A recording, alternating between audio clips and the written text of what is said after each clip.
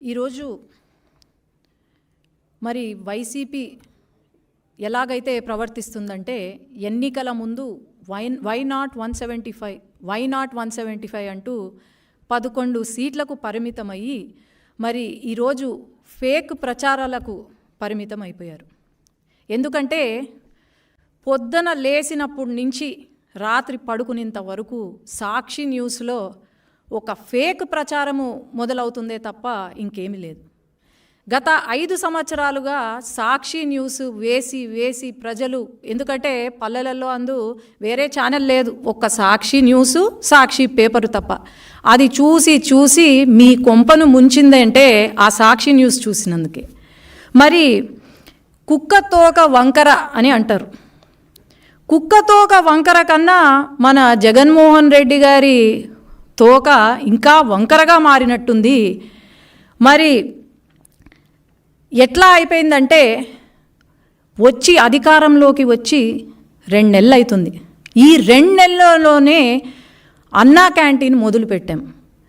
పేదవాడికి ఒక అన్నం పెట్టే అన్నా క్యాంటీన్ని కూడా వీళ్ళు కామెంట్లు చేస్తూ, శుభ్రత గురించి కామెంట్లు చేస్తూ, మరి 5 సంవత్సరాల నుండి వీళ్ళు ఏమైనా మంచి చేశారా అంటే లేదు, ఇప్పుడు మంచి చేస్తున్నారు అంటే వీళ్ళు అడ్డుపడుతున్నారు. అలాగే టీటీడీ ఏదైతే ఉందో అది తెలంగాణ వాళ్ళకి ఇచ్చేసామని చెప్పి, తిరుపతి తెలంగాణ వాళ్ళకి ఇచ్చేసామని చెప్పి, లేదంటే ఇలా అమ్మకు వందనం కార్యక్రమము ఏదైతే ఉందో ఇంకా మనం రివ్యూకి కూడా రాలేదు, రివ్యూ చేస్తున్నాము, ఇప్పుడు మీటింగ్ అందుకే జరుగుతుంది. అప్పుడే సాక్షి న్యూస్లో మరి భారతిరెడ్డి గారు ఉన్నారు. భారతిరెడ్డి గారు సాక్షి ఏమంటారు, సత్యమేవ జయతే అని రాసుకున్నారు సాక్షి న్యూస్లో. సత్యమేవ జయతే కాదు భారతిరెడ్డి గారు, అసత్యమేవ జయతే అని మీరు క్యాప్షన్ మార్చుకుంటే బాగుంటుంది. ఈరోజు సాక్షి న్యూస్ ఓపెన్ చేస్తే మనకు కనిపించేది క్యాబినెట్ మీటింగ్ ఏదైతే ఉందో టీడీపీ ఆల్రెడీ ఇది చూడండి, 16వ తేదీ ప్రతి ఒక్కరికి ఈ నోటీస్ సర్క్యులేట్ అయింది. 28వ తేదీన మనకు క్యాబినెట్ మీటింగ్ ఉంటుంది అని చెప్పి, మరి ఈరోజు ఎందుకు సాక్షిలో ఎటువంటి ఇది లేకుండా లేదు, క్యాబినెట్ మీటింగ్ కావాలనే పోస్ట్పోన్ చేశారు అని లోకేష్ అన్న పైన దుష్ప్రచారాలు చేస్తున్నారంటే వీళ్లకు ఫాల్స్ ప్రచారము తప్ప ఏమీ లేదు. జగన్మోహన్ రెడ్డి గారు ఈ 5 సంవత్సరాలు చేసింది బాగానే చేశారు అని అనుకుంటున్నట్టున్నారు. మరి ఇప్పుడు ఎంతసేపు ఫేక్ ప్రచారము తప్ప, పార్ట్ టైం పొలిటీషియన్గా మారిపోయారు తప్ప ఇంకేం లేదు. కాబట్టి ప్రతి ఒక్కరికి తెలుసు, ప్రజలకు ప్రతి ఒక్కరికి తెలుసు, ఈ 5 సంవత్సరాల కాలం మీరు ఎలా పాలన చేశారు అనేది తెలుసు. ఈ 5 సంవత్సరాల్లో ఎంతమందికి ఉద్యోగాలు ఇచ్చారు, లేకపోతే ఎంతమందిని ఆదుకున్నారో తెలుసు.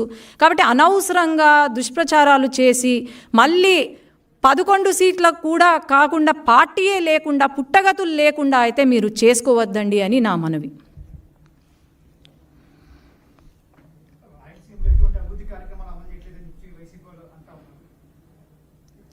మొన్న మన బడ్జెట్ మీటింగ్ జరిగింది. బడ్జెట్ సమావేశంలో బడ్జెట్ మొత్తము రాయలసీమ గురించే ఉంది. కేంద్రము నిధులు రాయలసీమకు ఇచ్చారు. అట్లాగే రైల్వేస్ కానివ్వండి, ఇండస్ట్రియల్ హబ్ కానివ్వండి, అన్నీ కూడా రాయలసీమకు ఇచ్చారు. మరి జగన్మోహన్ రెడ్డి గారు రాయలసీమ వ్యక్తే కదా, మరి రాయలసీమని ఏమైనా అభివృద్ధి చేశాడా? ఒక ఇండస్ట్రీ తీసుకొచ్చాడా? లేదంటే మా రాయలసీమలో ఉన్న ప్రజలకు లేకపోతే పిల్లలకు ఒక ఉద్యోగం ఇచ్చాడా? నాకు మొత్తం డీటెయిల్స్ ఇవ్వమనండి. లేదే. రాయలసీమ గురించి ఎవరైనా ఆలోచన చేశారు అంటే అది కేవలం నారా చంద్రబాబు నాయుడు గారు తప్ప ఇంకెవరు చేయలేదని నేను చెప్తున్నాను.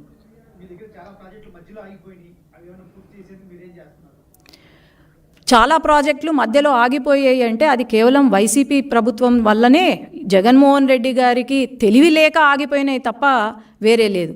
ఖచ్చితంగా ఈ ప్రాజెక్టులన్నీ తెలుగుదేశం పార్టీ హయాంలో మొదలు పెట్టాము. ఖచ్చితంగా చంద్రబాబు నాయుడు గారు ఢిల్లీకి వచ్చినప్పుడు కూడా ఈ ప్రాజెక్టులు పూర్తి చేయాలి, వెంటనే పూర్తి చేయాలని ఫస్ట్ ప్రిఫరెన్స్ ఇచ్చింది చంద్రబాబు నాయుడు గారి. ఖచ్చితంగా ఈ 5 సంవత్సరాలలో ప్రతి ప్రాజెక్ట్ పూర్తవుతుంది.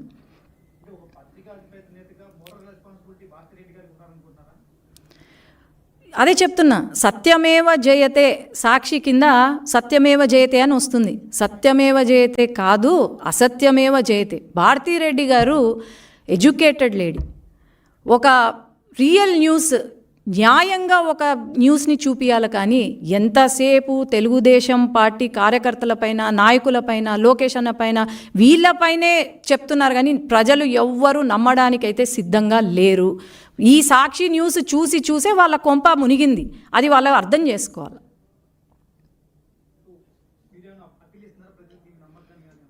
ఖచ్చితంగా మనం అప్పీల్ కూడా ఇవ్వాల్సిన అవసరం లేదు. ఎందుకంటే ప్రజలకు ప్రతి ఒక్కరికి తెలుసు.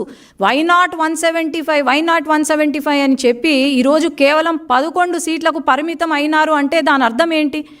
ఈవెన్ కడప, నంద్యాల్లో కూడా వీళ్ళకు గుణపాఠం నేర్పినారు, ప్రజలు బుద్ధి చెప్పారు అంటే దాని అర్థం ఏంటి? ఖచ్చితంగా ప్రజలైతే వీళ్ళ వైపు చూడరు. వీళ్ళు చెప్పిన ప్రచారాలు కానీ, వీళ్ళు చెప్పిన మాటలు కానీ వినే పరిస్థితుల్లో లేరు అని అయితే నేను చెప్పగలుగుతాను. అంతే, ఆయన చేసేది ఏం లేదు. గత 5 సంవత్సరాలుగా పార్ట్ టైం పొలిటీషియన్గానే ఉన్నాడు. ఇప్పుడు కూడా పార్ట్ టైం పొలిటీషియన్. కానీ ఏమంటే ఇప్పుడు కొత్తగా ఫుల్ టైమ్గా ఫేక్ ప్రచారం మొదలుపెట్టాడు. అంతే తప్ప ఇంకేం లేదు. నంద్యాల్లో మొన్న వైసీపీ వాళ్ళు హత్య చేసి మర్డర్లు చేసుకుంటే, లేదు ఇది టీడీపీ వాళ్ళే చేశారని చెప్పి ప్రెస్ మీట్ పెడతారు. ఎప్పుడైనా వచ్చారా? ఈ గత 5 సంవత్సరాల్లో ఆయన ఎప్పుడైనా వచ్చారా? వచ్చి వాళ్ళ కార్యకర్తలను ఆదుకున్నారా? లేదంటే ఎన్ని కేసులు జరిగాయి, ఎన్ని మర్డర్లు జరిగాయి? వాళ్ళ సొంత పార్టీ నాయకులే మర్డర్లు చేసినారు. మరి వాళ్ళనే పక్కన పెట్టుకొని లా అండ్ ఆర్డర్ గురించి మాట్లాడుతుంటే నవ్వుతారు, జనాలు నవ్వుతున్నారు. అది వాళ్ళకి అర్థం కావట్లేదు.